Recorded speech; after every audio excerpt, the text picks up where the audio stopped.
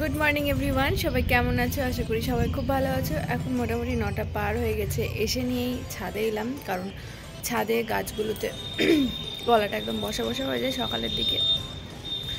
এসে নিয়ে যে গাছগুলো আছে পিছন দিকে, গাছগুলোতে জল দিলাম। কালকে কাপড় সব ভেজা ছিল, সেগুলো এখন ছাদে দিয়ে দিলাম। আর রোদটাও বেশ ভালোই উঠেছে, আজকে সকাল সকালই উঠে গেছে বলতে পারো। আর তোমাদের ওখানে কেমন ঠান্ডা পড়েছে? আমাদের এখানে তো বেশ ভালোই ঠান্ডা পড়েছে, কয়েকদিন ধরে বেশি পড়েছিল, কিন্তু এখন আর কি একটু রোদ উঠছে বলে অতটা ঠান্ডা লাগছে না। তো এখন যাই নিচে গিয়ে বাকি কাজগুলো করে নিই। আমি এখন চলে এসেছি আমার একটা ক্লায়েন্টের বাড়িতে। আজকে হচ্ছে তার স্বাদ। এখানে এসে আমরা একটু ওয়েট করেছিলাম, কারণ তখন খেয়ে নিতে হবে তাকে। তো সে খেতে গেছিলো, আমি এখানে সব প্লিট করে রেখে দিয়েছিলাম শাড়ির। আর এই যে এখন আমি মেকআপ করাও শুরু করে দিয়েছি। এটা হচ্ছে ফাইনাল লুক। কেমন লাগছে অবশ্যই কিন্তু কমেন্ট করে জানিও। তোমরাও কিন্তু তোমাদের স্পেশাল ডেতে আমাকে বুক করতে পারো। আমি এখানে কিন্তু আমার পেজ আইডিটা দিয়ে দিচ্ছি, তোমরা এখানে এসে আমার সাথে যোগাযোগ করে নিতে পারো। এখানে আমি সেকেন্ড টাইম কাজে আসলাম, আর মনেই হয় না যে কোনো ক্লায়েন্টের কাজ করছি, মনে হয় যে নিজের কাউকেই সাজাচ্ছি, কারণ এত ভালো বিহেভিয়ার আর তেমনই কিন্তু মিষ্টি দেখতে। তো চলো শুনে নিই যে আমার কাছে সেজে কেমন লাগলো। কেমন লাগলো সেজে? খুব সুন্দর। স্যাটিসফাইড? হ্যাঁ, ঠিক আছে, চলো। খুব সুন্দর। না, মেকআপ খুব ভালো সাজে। আমি দুবার ওর কাছে সাজলাম, খুব ভালো লাগে। Thank you so much. চলো, টাটা। হ্যাঁ। জিনিসপত্র নিয়ে যখন নিচে আসবো তখন দেখছি এখানে অলরেডি স্বাদের অনুষ্ঠান কিন্তু শুরু হয়ে গেছে, আর দীপঙ্কর আজকে ছবি তুলছে। আমি আর থাকতে পারিনি, কারণ আমার এক জায়গায় সাজানো ছিল, তো এখান থেকে বেরিয়ে পড়বো।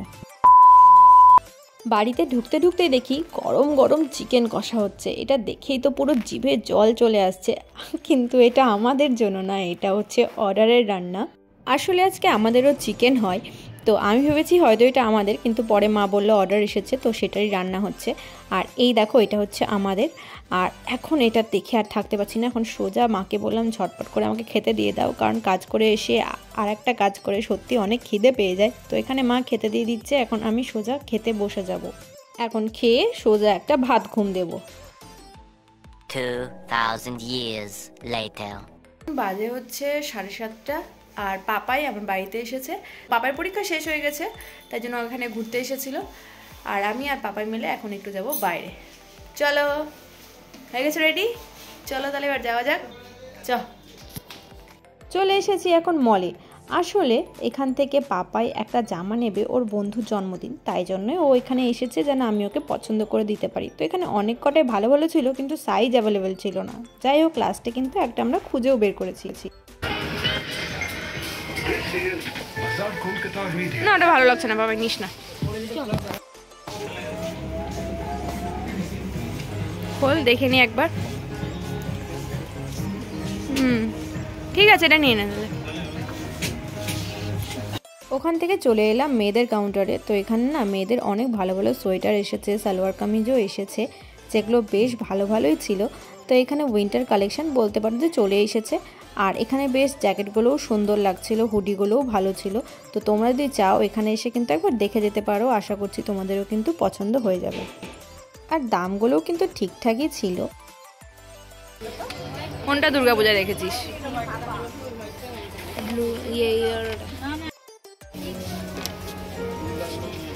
কোনটা ছিল এটা? দুর্গাপূজায় দেখেছিলি বললি, কোনটা ছিল? এটা ছিল, এটা না? এবার এলাম মোমো খেতে। আমি নিয়ে নিলাম ভেজ মোমো, আর পাপাই নিল চিকেন মোমো। আসলে ওর মোমো খাওয়ার ভীষণ ইচ্ছে হয়েছিল, তো ওর কাছ থেকে আমি একটা চিকেন মোমো ট্রাই করেছিলাম। আমার চিকেন মোমোটা খুব একটা ভালো লাগে না। আমার খাওয়া হয়ে গেছে, আপনার হলো? হয়েছে আপনার খাওয়া?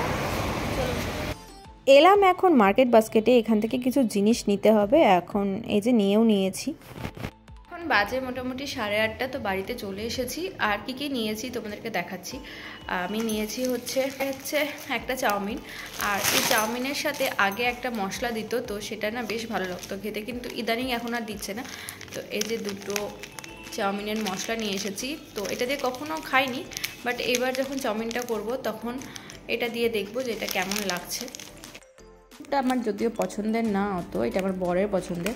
এটা আমি নিলাম কারণ এটার সাথে যে এই ফ্রি বিস্কুটটা আছে তো এটা গুড ডেরি কিন্তু চকলেট ফ্লেভারে থাকে, এটা আমার খুব পছন্দ। তো যখনই দেখলাম যে বিস্কিটটার সাথে এটা ফ্রি দিচ্ছে, তো এটা একটা নিয়ে নিলাম। আর টুকটাক কয়েকটা জিনিস নিয়েছি, এখানে চায়ের সময় লাগে, এটা পুরো একটা ফ্যামিলি প্যাক নিয়েছি, কারণ এইটা নিলে না কি হয়, দামটা অনেকটা কম পড়ে আর একটা এক্সট্রা ফ্রিও পাওয়া যায়, মানে এখানে একটা লেয়ার পুরোটা ফ্রি পাওয়া যায়। আর এই তো এই কটাই জিনিস নেওয়া হয়েছে। ভাত বেঁচে গেছিলো, তো ভাবলাম রাত্রে একটু গরম গরম ভাত ভাজা করব। তার জন্য এখানে যে পেঁয়াজ কেটে নিলাম, একটু আলু, আর তার সাথে দুটো কাঁচা লঙ্কা মাত্র দুটো, কারণ আমি আর আমার বড়ি খাবো, বেশি ঝাল খেতে পারে না। এটা কিন্তু পুরোটা সাদা তেলেই হবে, সাদা তেল গরম হচ্ছে। কালো জিরা আমারও খুব একটা পছন্দ না, তাই না দিলে ভালোও লাগবে না, বাট অল্প একটু দিয়ে দিলাম।